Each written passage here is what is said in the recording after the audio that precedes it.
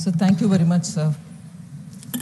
I understand a total of 33 members have spoken, and today, distinctly only on the Finance Commission, Finance Bill, about 9 speakers have spoken. I thank all the members who have contributed to this debate. Although the budget speech and the finance bill all come with the spirit of vote on account and interim budget, there are aspects on which honorable members have spoken. Whilst just highlighting some features of the interim budget and not going into greater details into it, I'll try to respond to as many members who have spoken on the subject. Sir, the budget, and equally, we are talking about the interim budget of Government of India and the supplementary demand for grants for the earlier year, for the current running year 23-24 for the Government of India. And we are also dealing with J&K's budget, interim budget for a part year for 24-25, as much as we are talking about supplementary demand for grants of J&K. So we are dealing with 4 plus the Finance Act. Finance Bill, which on being passed will become the Act. So totally about 5 different legislative things we are talking about.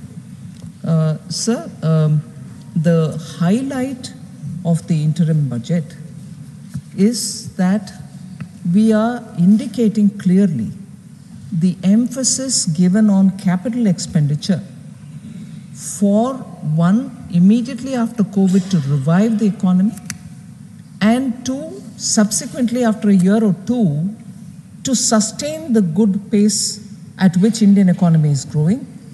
The route that we are taking is spend on public infrastructure creation, asset creation, because that, as opposed to spending on revenue expenditure, gives you better returns for the investment made. I was a bit astonished to hear Honorable Member Jawahar Sarkar probably confused capital expenditure with expenditure on capitalists.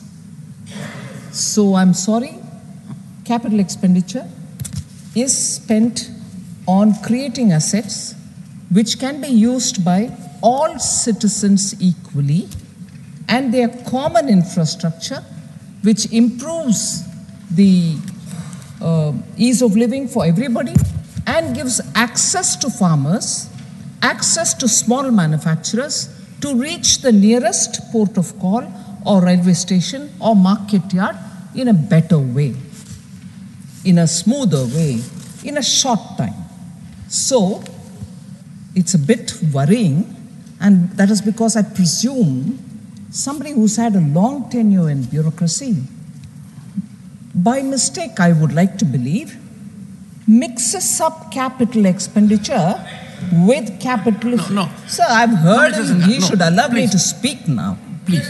No. This is becoming Mr. a bit too much. I will not allow it. We have to believe in some procedure. Please. Yes, I'm Honorable both Minister. here when wrong is being said. Sir, this kind of distortion to certain terminologies which are used in the budget and which have been used even earlier cannot be, I'm sorry to submit, you may correct me, sir, cannot be without an intent which is not completely bona fide. This is not acceptable at all. And if ideology drives us to say it, please let us have them say that. Honorable members, I respond to. Now, Honorable Member Randeep Surjewala has raised a lot of relevant, pertinent questions on agriculture. I'll certainly give him as much answer as is possible by me. But to give a twist, even tongue-in-cheek twist, in an august house like this, I want the chair to take a view on it, because ultimately all of us are seeking answers, trying to give solutions, and if the answers are not up to it, I'm well ready to accept corrections. This type of twisting on words worry me a lot, because all of us are sitting and hearing one another with seriousness. We want to address it. So, sorry, sir, to begin like this. Sir, Therefore, the highlight of the interim budget, being interim as it may, is to underline the fact that, like the way we, during recovery, and post that, to sustain a good growth for the economy and to have a greater multiplier effect, so that without us having to spend on revenue, which gives less return for a rupee, and I'm basing it on a RBI study. If for a rupee spent on revenue expenditure, you get hardly 0.98 only, meaning for every rupee spent, not even 98 paisa return comes. Whereas when you spend on capital expenditure, for every rupee spent, in the short duration, you get about 1.46 paisa, 1 rupee 46 paisa return, and in the medium and long term also there is return. And therefore, the route of spending money through the public investment in infrastructure gives us greater returns, and in situ it creates jobs where the projects are being done, where money is being spent, public money is being spent, jobs are created, local services also benefit, and that ripple effect in that ecosystem can have greater impact on the neighboring economies, which are smaller pockets which can become like ripples in a pond. Therefore, this route globally has been adopted as one sure short way in which you can get sustainable growth, and we are seeing it. And therefore, even in this budget, we have committed to spend about 17% higher than even the RE of 23-24. The current year's RE being whatever it is, we are spending 17% more for the coming year. Then, sir, that same outlay is higher than the projected GDP growth rate of 10.5% during the next financial year. So if you're projecting a GDP growth rate, the growth in the capital expenditure for creation of public infrastructure is growing faster than the real GDP growth itself, the projected number. Sir, with the capital expenditure being the focus, equally, we've, in the last 3-4 years particularly, we have made sure our debt management and also the overall management of the fiscal is done in such a way that we honor the glide path for the fiscal deficit that we had given in 21. So, if the glide path for the fiscal deficit had to take one particular trajectory and come down in a particular fashion, we have complied with that. That was approved by the Honorable Houses and in the Parliament, and we have complied with that. This year, actually, I could have stopped at, oh, we've reached 5.9, that is complying with it, that is fine. No, but even further, we brought it down 1 decimal point further down, and instead of 5.9 this year, we have given a fiscal deficit number of 5.8%. Similarly, for the forthcoming year, where it could have been 5.2, we have made an effort to bring it down to 5.1 without in any way compromising on expenditure, particularly on welfare and also taking care of the rural economy. So these 2 points I would like to highlight for the benefit of the House. And when I said that we are making sure that the fiscal deficit will be managed without hurting any of those projects which are important, I just want to quote a selection of projects and schemes which will showcase that the cut has not happened at all in any of this, that I have to make sure that the fiscal deficit is managed. I'm trimming down on these. None of that.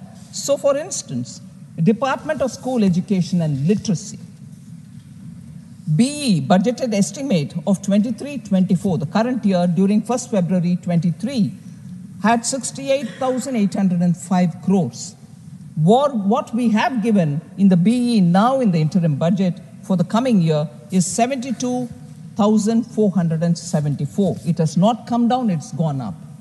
Then the Department of Health and Family Welfare, 86,175 was the BE, Now it is 87,657. It's not come down, it's gone up. Ministry of Minority Affairs, 3,098 crores, BE 23-24. Now it is 3,183 crores. Department of Rural Development, which is so significant for many of the rural-based projects, 1,57,545 crores in the BE 23-24. Now it's gone to 1,77,566 crores. Tribal Affairs, 12,462 BE, 13,000 BE now. Department of Social Justice and Empowerment, 12,847 crores BE, 13,000 crores now. Ministry of Women and Child Development, 25,449 crores BE 23-24. Now it is 26,092 crores for the BE of the coming year. Capital allocations, sir, the major ones, which generate employment, which create assets, which give better market linkages for farmers, and which also provide better connectivity so that ease of living also is highlighted for common citizens. 2,58,606 was the BE allocation for road transport and highways. Whereas now in the interim budget, it is 2,72,241 crores. Railways, 2,40,000 crores in the BE. Now it is 2,52,000 crores. Defense, 1,71,375 crores. Now it is 1,82,241. States were given an amount with interest-free proposition, and also that it will be given for 50 years, where they don't need to service the loan, nor do they need to give any principal back. 1,30,000 crore was done in the BE 23-24. We have retained that 1,30,000. So states are actively participating in asset creation with public money. This money is given by us. They themselves would also invest in capital expenditure. So over and above what the states put, that's not a condition, but over and above what they put, we have allocated this much, and they are, as per a formula given for the tax devolution, so is the formula used for this also, so that every state gets a bit of the capital expenditure allocation. So the allocation for major flagship schemes, PM Kisan, about which Honorable Member Surjewala spoke, and about which I will certainly reply him, but I want to tell you, 60,000 crores was allocated in the budget estimates 23-24. It continues to be 60,000 even now for 24-25. PM Awas Yojana, rural, 54,487 crores is now 54,500. PM Awas Yojana urban, 25,103 is now 26,171 crores. Jal Jeevan Mission, 70,000 crores in the budget estimate, now 70,163 crores. Rural Employment Guarantee Scheme, the MNREGA, 60,000 in BE 23-24. Now it is 86,000 crores 24-25 BE. Gram Sadak Yojana, 19,000 crore is kept at 19,000 crores. Samagra Shiksha, 37,453 is now 37,500. PLI schemes, 8,965. Now it is 16,021. So no major scheme, no major flagship scheme has been curtailed, nor have we reduced the allocation. If I talk about the supplementary, sir, this is the second and the final batch of supplementary for this year 23-24. And in that, primarily, there are 71 demands, 1 appropriation. But where does this money go? The supplementary demand for grant, if the House passes it, where does this money go? 3,000 crore, that is, 3,000 crore goes for nutrient-based subsidy scheme for P&K fertilizers. Department of Food and Public Distribution, for PM Garib Kalyan Anna Yojana gets 9,231 crores. Defense Services for their revenue expenditure, which is for meeting additional expenditure towards pay and allowances of armed forces and other establishment expenditure requirements such as stores, transportation, and ECHS, get 13,548. Department of Economic Affairs gets 5,000, that is for transfer to Senior Citizen Welfare Fund.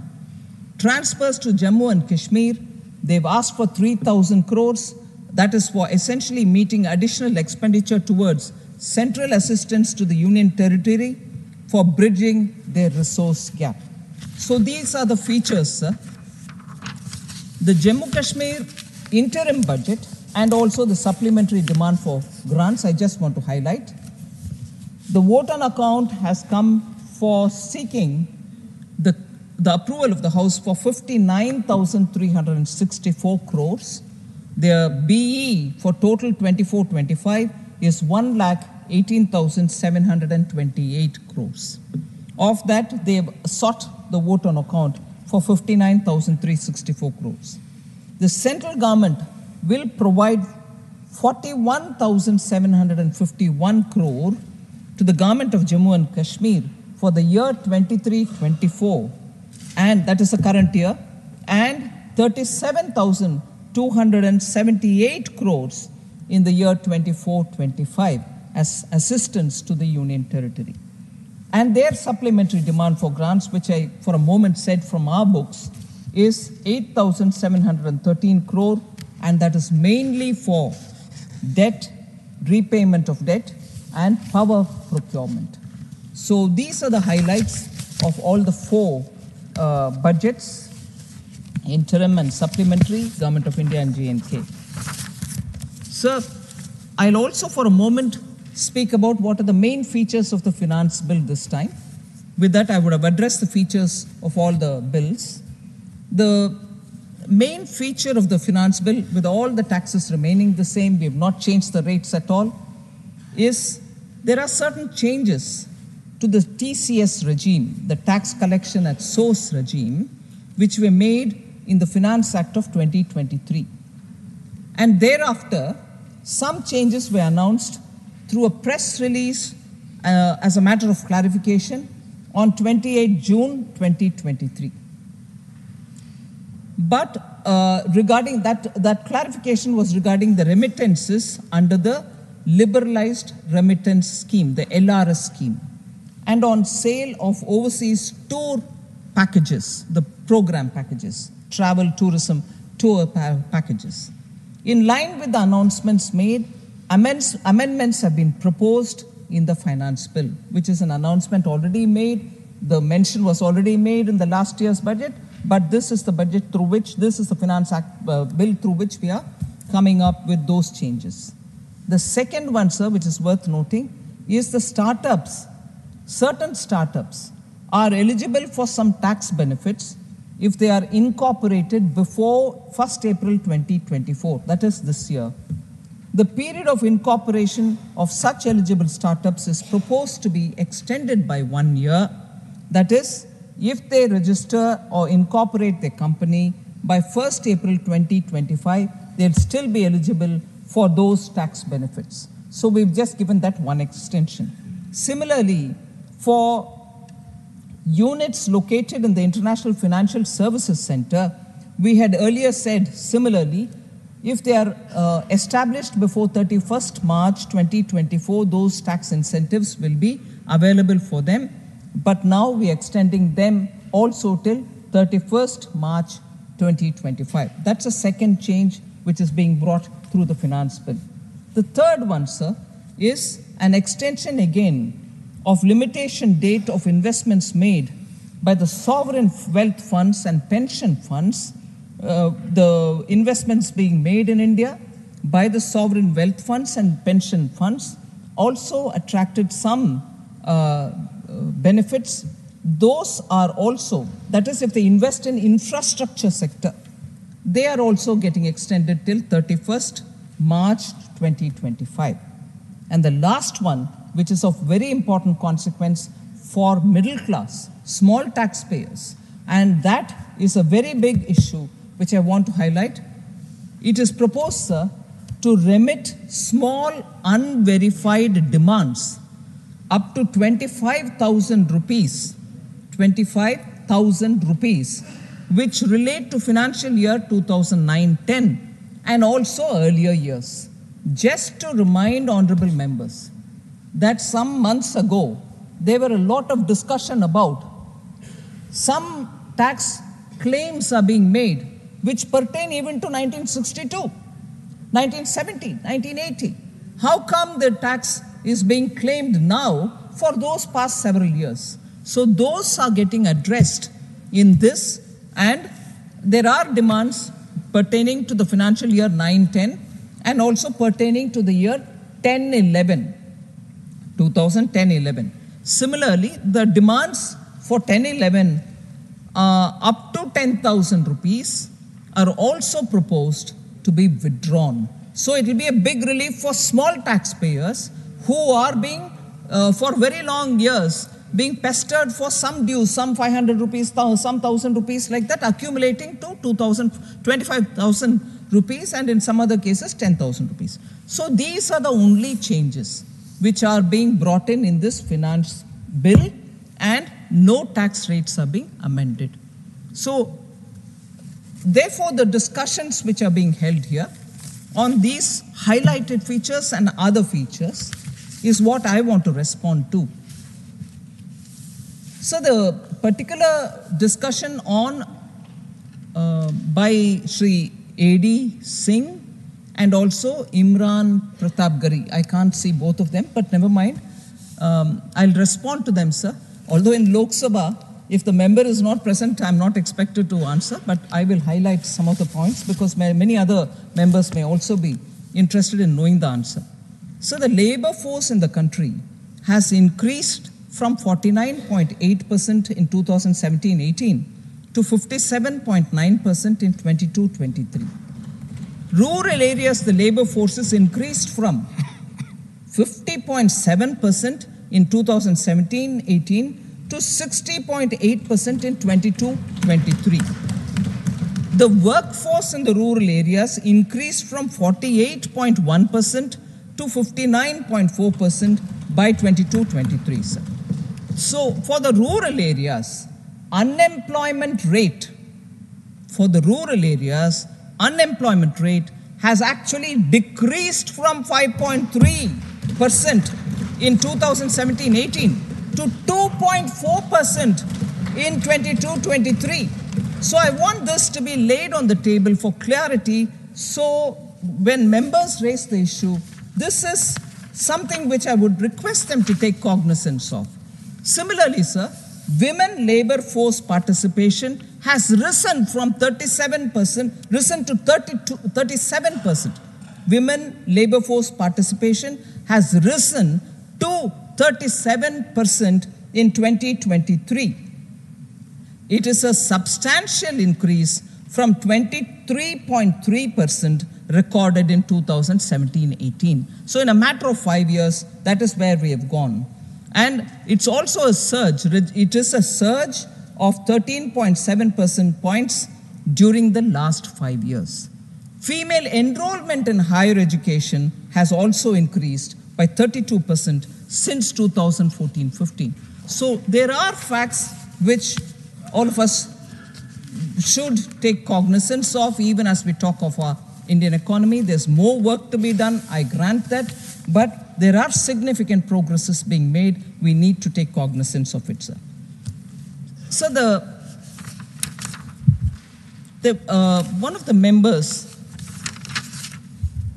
again probably Shri A.D. Singh and Shri Imran Pratapgarhi, had spoken about Lakpati Didi, and in that about women's participation.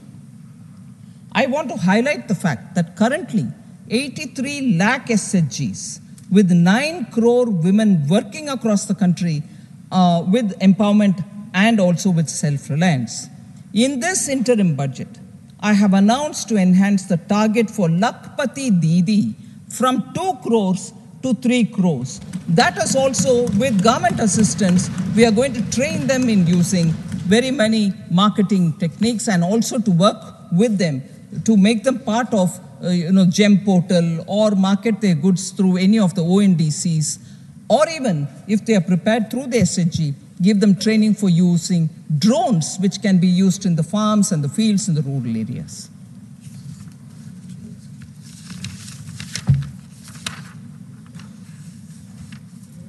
Sir, Sri Santanu Sen, I can't see him here, had raised this question about retail inflation, sir. Retail inflation, I'm glad to say, has declined. In fact, today, one of the newspapers very clearly showed how the cost of thali, a plate of food, has actually come down, and come down particularly for not the vegetarian, but those who have non-vegetarian. So the cost has been calculated, and today the media carried it, but I'm here happy to say that in retail inflation has declined from an average of 6.8% in April-December 22 to 5.5% in the corresponding period of 2023. The RBI also had a monetary policy committee meeting, and even they have been indicating that inflation is coming down and it is well within the tolerance band. This is not the first time they're saying it. Last time they met also, for that period, they did say it.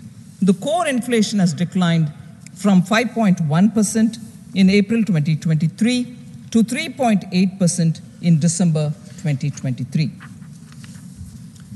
Sir, Sri Santanu Sen also spoke about Global Hunger Index. For the benefit of the House, I want to submit humbly. Global Hunger Index is not a balanced approach to measuring hunger. Let's be conscious of it. It is.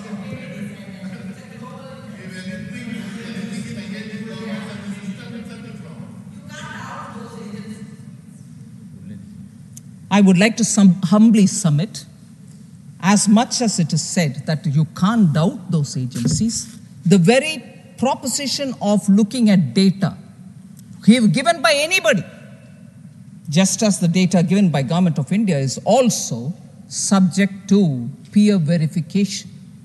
That is the whole idea of data, observers, economists, statisticians looking at data, just as they can critique government data. Nobody is beyond criticism. Nobody is beyond critiquing. So, now let me finish my answer, sir. I've heard every one of them. Honorable members, sometimes it is so ridiculous, so farcical, that some countries find, according to such calibration, that they are ahead of India. And they are worried. They are surprised. We need to be cognizant of it. How can we allow any organization to calibrate us, generate an ecosystem, generate an impression, and then we have illustrious members with education abroad, indicating to us we must believe in them. Very frankly, this House, I appeal to all the members, this House needs to take note of the ground reality. We must come out of that servility that any agency, without examining that, will indicate where we are, how we are. My health has to be assessed by my doctor. Someone there will say my health is not good. Sir, this is very dangerous, let me tell you. The honorable member is not here. Mr. Kapil Sibal has found a new role. And the new role is of a journalist. Now, distinguished senior advocate becomes a journalist and then goes to a former governor and then evaluates my health, examines my spine. Though the act, of course, is highly despicable, I do not want to go into it, but can we allow just anyone to engage into these activities? Within the country, we have enough bodies. I do want there must be proper statistical evaluation, a robust mechanism to evaluate our health and economy. But surely we cannot place ourselves in the hands of those bodies. Already enough damage has been done by them. Every time India's rise is there, trust me, do some homework, and you are capable of doing it, ma'am. You will have enough time also after some time. What I mean to say, we must engage objectively. 1 second, take your seat. Objectively, passionately. I am not looking at it from political partisan prism. We must learn to have our robust mechanism. We will evaluate ourselves and then we'll respond. Anybody, anywhere in the globe, working inspired manner, motivated by someone else, funded by someone else, says it. And we say gospel truth. Sorry, we'll have a debate in the next session on this. We will not have this caliber. Honorable Finance Minister. Thank you, sir. Sir, when I say it is not a balanced approach to measuring hunger, I'm giving the reasons why.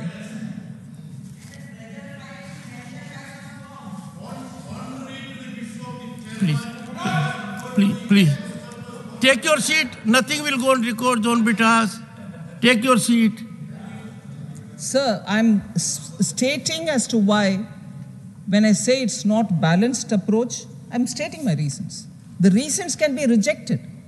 But I, as much as any other member, would also want to place on record, because all of us speak responsibly. We bring in data. It is up to the House to hear it and contradict it or accept it. But please hear first. Sir, it measures multidimensional nature of hunger by just relying on 4 indicators: undernourishment, child wasting, child stunting, and child mortality. It is not a comprehensive index, as 3 of the 4 parameters focus only on children. The sample size of the study is only 3,000 households. IMR, infant mortality rate, is falling in the country from 40 to 40.7 in 2015-16 to 35.2 in 2019-21. This is the NFHS survey. Sample size is 6.37 lakh households. So we need to also please look at what is the basis with which the study is coming out. Another, as per the NFHS 5, there has been a broad-based improvement in indicators relating to child health and nutrition, with a decline in the proportion of stunted, wasted, underweight children under the age of 5. So a study which we are doing, and that is based itself on 6.37 lakh households, compared to 3,000 households, we have a reason to question the methodology. And therefore, I'm putting this point out, and I'm sure each one of us, as members who have our own experience in public service, can please look at this and have a peer review done. No objections. And it is not as if everything which is against the government we would reject. These are data which all of us are going to use today. I use data belonging to period when you were in government. Absolutely common thing to do. I have no objections, but my reasons are these. And then, sir, India has adopted a universal food security framework to protect its citizens from hunger through PM Garib Kalyan Anna Yojana. In the BE of 24-25, towards food security, 2.05 lakh crores has been given. This covers 80 crore beneficiaries. They're getting, it is definitely the responsibility of the government. It's not as, oh, I'm giving. No, not in that sense. But we want to be sure that nobody's left out. But sometimes we are critiqued for that as well. Oh, which means you are admitting 80 crore people are poor. Oh, please. You can't have it both ways. The data was then, and based on that we are giving it. Somebody else's data, which is based on 3,000 household samples, is reliable. But that data which Government of India gives, because it's based on 6 lakh households or more, is not reliable. Anything which is critiquing government is good enough. Anything which is actually telling the truth about the government, rejected.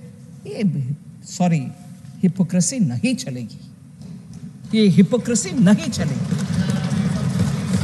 Sir, furthermore, under PM Poshan scheme, in BE 24-25, the amount has been increased to 12,467 crores. The primary objective of the scheme is to improve the nutritional status of children studying in classes 1 to 8 in eligible schools. So that is one thing, sir. There were questions about inflation, how we are managing it. I've been answering questions in this house, but I would just want to highlight that in order to enhance access to food, the government has taken very critical steps. For instance, to make available atta, to make available dal, and to make available onion, and to make available rice. Bharat branded atta, Bharat branded dal, and Bharat branded rice are now available in the market. It's been available for some time. I'll give you the data for it, sir. Bharat atta, 27.50 rupees, meaning 27 rupees 50 paisa per kg. I'm not just saying the number. Till now, 2.37 lakh metric tons have already been sold in the market. People have bought it as on 28th January 2024. So it's not as if we've made a provision and people are not buying it. People are buying it at that price. To that extent, the prices are cooling down. Bharat dal, 60 rupee per kg for 1 kg pack, or 55 rupees per kg for 30 kgs bag. And in that, 2.97 lakh metric tons as of 31st January 2024 have already been sold in the market. Bharat rice, only launched a few days ago, gives rice at 29 rupees per kg. Onion is being sold at 25 rupees per kg, and even onion, as of 3rd February 2024, 3.9 lakhs metric tons. Honorable members, now it is 6 p.m. The Business Advisory Committee has already recommended that the House may sit beyond 6 p.m. to transact the business listed for the day. Therefore, the time of the House is extended beyond 6 p.m. till the disposal of the business listed for today. Honorable Finance Minister. So similarly, tur is being imported, urad is being imported, just so they have been made free category for import so that our market does not fall short of pulses. And this extension of free category is now available till 31st March 2025. So any trader can import and supply to the market. Similarly, tur dal, 8.79 lakh metric tons has already been imported in the year 2023, 0.38 lakh million tons in the month of January 2024 itself till January 20th. And they are mainly being imported from Mozambique, Myanmar, Tanzania, Sudan, and Malawi. We also import, but small quantities, from Kenya and Nigeria. Now, India also imported masoor dal so that the prices will come down. 15.14 lakh metric tons of masoor from different countries, sir, Australia, Canada, and Russia, in the year 2023, and 0.84 lakh million tons in the month of January 2024 have been imported. Similarly, urad has also been imported. So for the steps that the government has taken to contain inflation and give essential goods at affordable price is through various different means. By branded products which are marketed through NAFED and other mother dairy like stores, or by open market operations by releasing grains which are in the buffer stock or allowing imports to come into this country so that prices can be contained. Sir, on the transfer to states, again, Honorable Member A.D. Singh, Shantanu Sen, and Sri Girirajan, I don't know if they are here, but the reply, I just want to be sure. Devolution, as is recommended by the Finance Commission, is 100% followed by us. There is no way that any violation has happened. I have followed it to the last word. I repeat, whatever was recommended by the Finance Commission has already been given as per time, and it will be given so till the time of the Finance Commission. In BE 24-25, sir, total resources being transferred to states, including devolution to the state share, devolution of the state share from the taxable pool, grants and loans, releases under the centrally sponsored schemes, are all put together expected to be 22,264 crore, which shows an increase of 4,13,848 crore over the actuals of 22-23. This is a 47%. This is 47% of the budget of 24-25. So payments are happening to the states in time, and there is no due held back. I want to be sure that particular data for Kerala and for Tamil Nadu are mentioned here, sir. Tax devolution between 2004 and 14 in crores for Kerala was 46,303 crores. 4 to 14, 10 years, 46,303. That was the transfer to Kerala. Between 2014 and 24, and I'm here talking about figure ending 22nd December 2023, just 2 months ago. 46,303 for the 10 years between 2004 to 14. 2014 to 24, only up to December 2023, 1,50,140 crores. Kerala. The percentage change is 224% increase. That is tax devolution, sir. Grants and aid. And this is open for anyone to see. Transfer or all there. Reserve Bank is monitoring, and publicly Government of Kerala can release the figure. Is this received or not? So I'm not just giving a number which cannot be verified. It's been received. Grants and aid from Government of India. 2004 to 14. 25,629.7 crores. 10 years between 2004 and 14.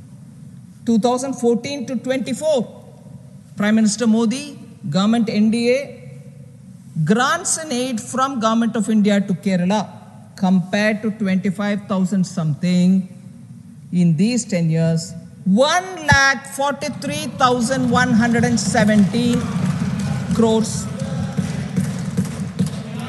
So compared to 10 years of UPA, 9 years of NDA, 458% increase, or 5.58 times increase. So that's aid, grants and aid. Sir, release under the special assistance to states for capital expenditure, which we commenced from 2020-21 because of post-COVID. As I said, we are also having capital expenditure funding given to states, 50-year interest-free. 2020-2021, the first year when we started post-COVID, 82 crores. 21-22, and this, no Finance Commission has asked me to do. Finance Commission has not said, you have to give money to the states for capital expenditure. No. because the recovery of the economy and sustaining the growth of the economy was very high priority, and Prime Minister's guidance to me was, you should give money for the states to do their own projects. And therefore, the first year was 82 crores to Kerala. The second year, 21-22, was 239 crores.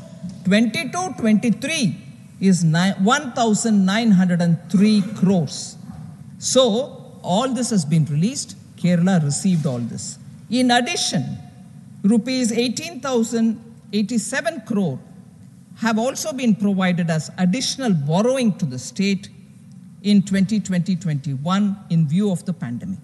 So, this is absolutely clear that there's no reduction for Kerala. I want to humbly submit. Now I move to Tamil Nadu, sir. Tax devolution, 10 years, 2004 to 14, 94,977 crores. 2014 to 24, 2,77,444 crores. I don't know if any member from Tamil Nadu is here.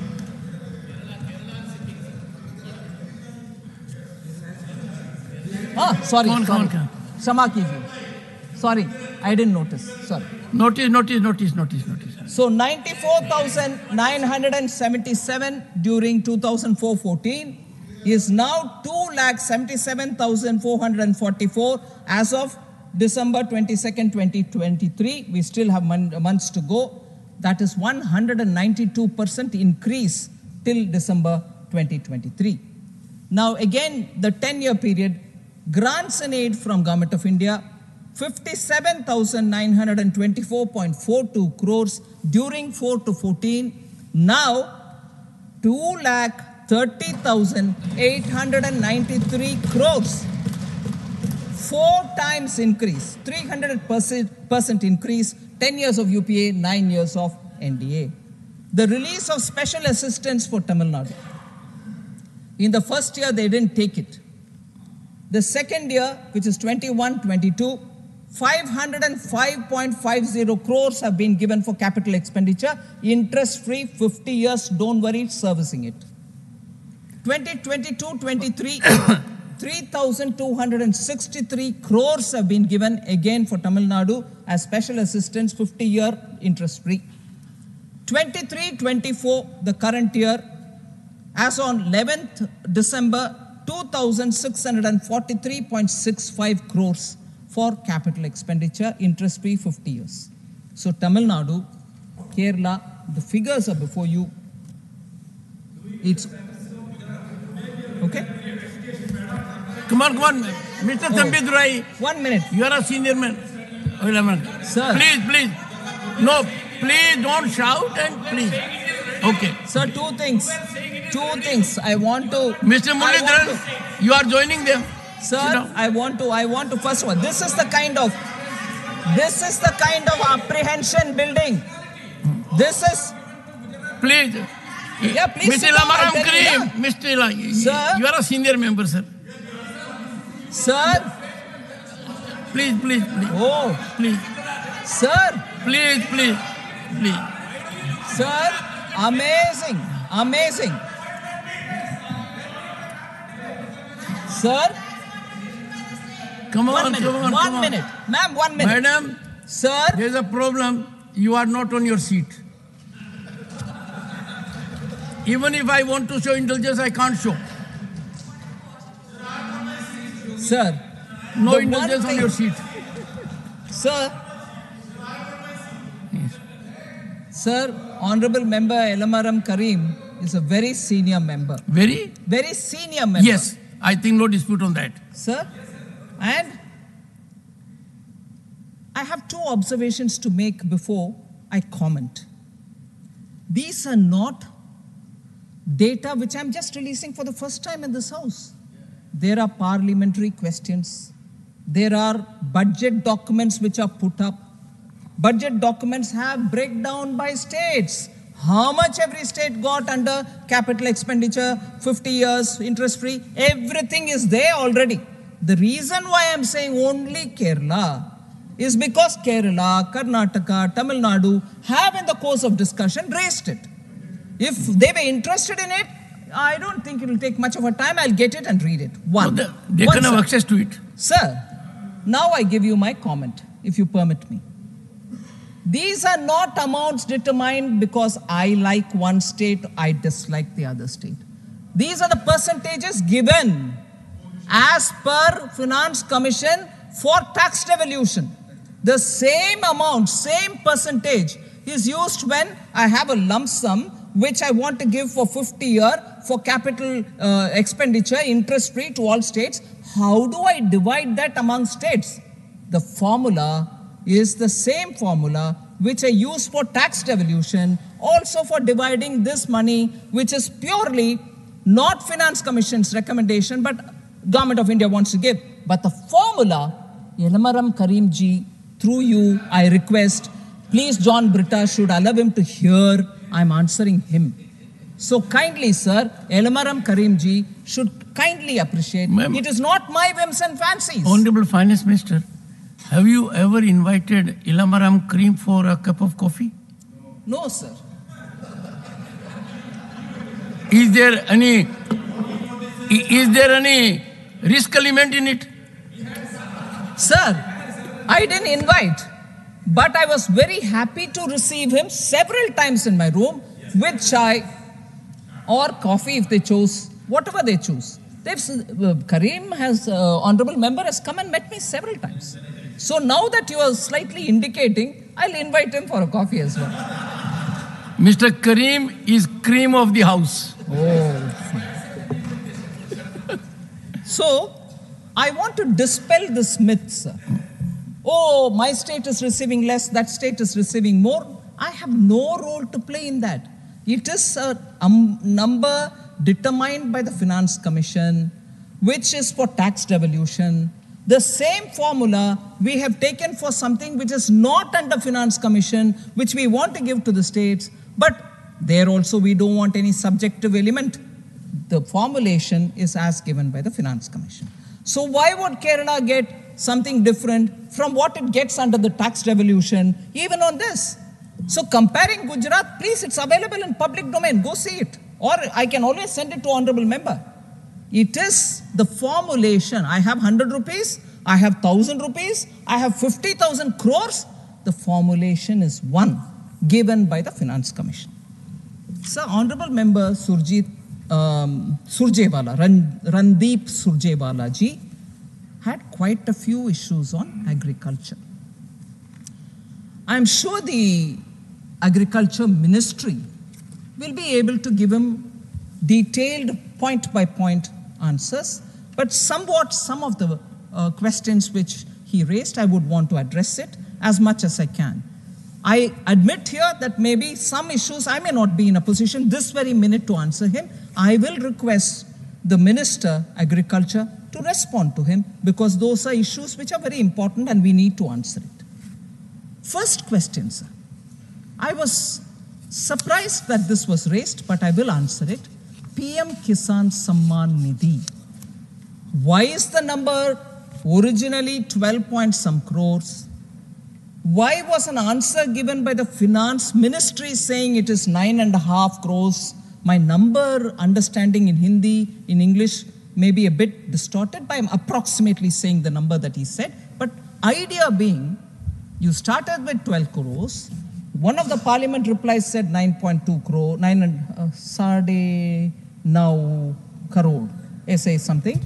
And then there was also this thing about now you're actually paying only 8 point some crores. Essentially, it's trying to say you started with 12, but you're not giving 12. Quite a few has dropped out. In fact, I was carefully listening to him.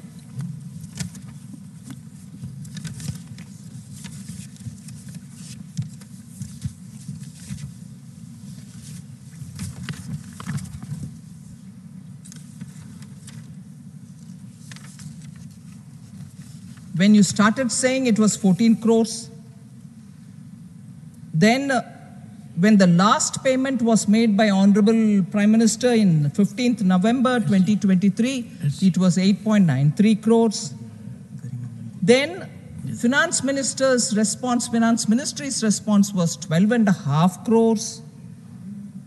और 3.8 crore गायब हो गया है, उड़ा दिया आपने. If I heard him right, I want to humbly submit that when the 12th installment was given, which is what is probably being referred to as November payment 2023, ceding the data on land was a mandatory condition. In other words, what is the little possession of land that you have on which you're doing the farming? And as a result, only 8.55 crore farmers had ceded the details of their land. As a result, the 12th installment was released accordingly. Second, sir, during the 13th installment, Aadhaar-based payment was made mandatory along with land ceding. There were 8.11 crore farmers who had their land details seeded on the PM Kisan portal, and their Aadhaar was also linked with their active DBT-enabled bank accounts. There are several accounts a farmer can maintain or anybody can maintain, but there is just that one account which is enabled for DBT payment. So during the 13th installment which was being given, the DBT-enabled bank account, Aadhaar linkage, and the land details which are seeded are three of them put into the PM Kisan portal.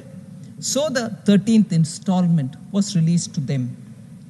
The eKYC was made mandatory during the 15th installment release of the PM Kisan Yojana, and with this condition, over 8.12 crore farmers received the benefits.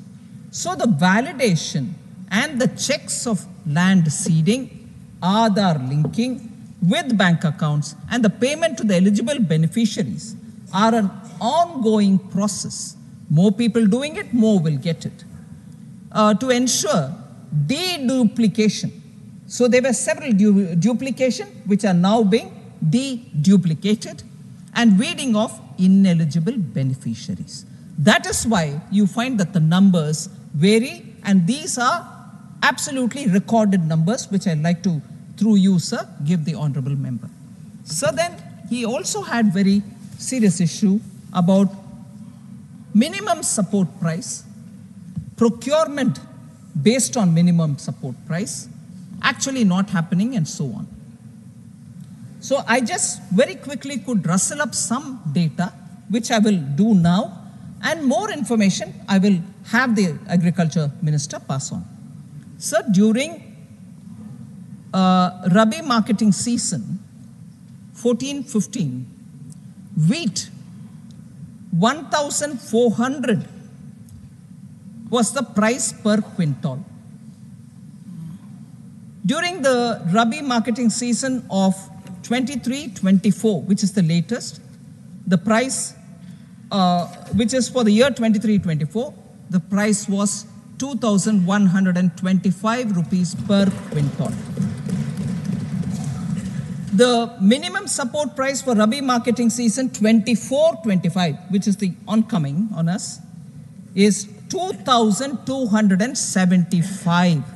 So in a matter of 10 years, sir, from 1,400 to 2,125 to 2,275 is the per quintal price for MSP for wheat. Cost of production, RMS, that is Rabi marketing season, is 1,128. Increase in absolute MSP is 150 rupees. Margin over the cost is 102 rupees. So similarly, I will say for barley, gram, lentils, that is masoor, mustard, and safflower. 1,100 in 14-15, 1,735 in 23-24, 1,850 in 24-25. There, the margin over the cost, I'm skipping the first two column, is 60 rupees. Gram, 3,100, 5,534, now it is 5,440. 60 rupees again is the margin, per quintal margin. Masoor, 2,950, now it is 6,425. 89 rupees is the margin over the cost in percentage I'm saying. Mustard, sir, 3,050, now has gone up to 5,650. 98% margin between these two numbers. And safflower, 3,000 went up to 5,650. Now it is 5,800 rupees MSP for Rabi marketing season. So we have constantly kept pace with the cost increase and kept giving higher MSP for farmers. Sir, I wouldn't be mistaken by you, hopefully, and not mistaken also by the member. I want to say, during the Congress government in Rajasthan, Bajra farmers, because there was no MSP-based procurement in Rajasthan of Bajra at that time, I would want honorable members to recall and correct me if I'm wrong. Rajasthan's farmers with their Bajra packets were going, or bags were going to Haryana. BJP ruled Haryana for them to be procured. And Haryana government was wondering, where are all these Bajra coming from? Our own Bajra is this much, now I'm having 3 times more Bajra suddenly for procurement. But they didn't send away any farmer without procuring. You are Rajasthan farmer, chali jao. Nahi bola. Procure kiya Haryana ne. Rajasthan Congress Sarkar, Randeep Surjewala ji, I wish he was telling them also this at that time. Procurement nahi hua us समय.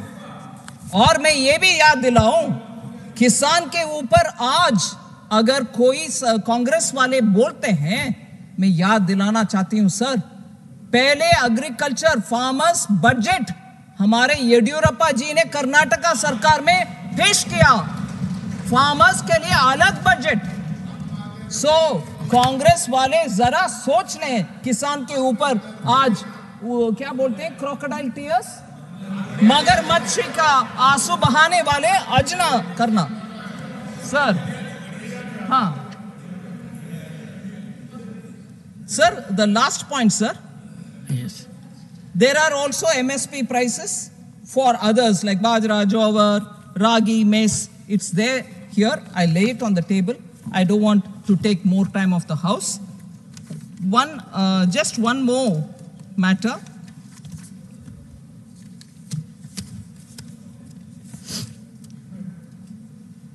Binay Vishwamji, who I respect, I don't know if he's here. He's gone. But there are other comrades here, so they will hear it and pass it on. No, Sir, about Kerala needs finances. to be very punctual because there is a function at my residence. So to keep up that appointment, he may have left a valid ground. Sir. MLAs, ministers, chief ministers made a big show here. Please kindly, what the amount you released to Karnataka, because I am with you, I have to answer there. Sir, I respect Honorable former Prime Minister. No, he is respected countrywide. Of course, and I in my respect home him, constituency of Jhunjhunu, he is known to every household. And he's a farmer himself and has been a very active proponent of millet. Himself has so impacted so many of us because of his ragi mudde. He's very well known for his farmer concerns. Yesterday, I had given a very detailed press meet, sir. All the details about amounts released. I also spoke about it in Lok Sabha. But unfortunately, I didn't think I'll have the time today. You've spoken in so Lok I will Sabha. certainly send it to you even this evening, sir. Okay. So I was referring to one point about Binay Vishwam, sir. He's not here, but I'm sure the comrades will allow me. He was back again talking about this is Adani government.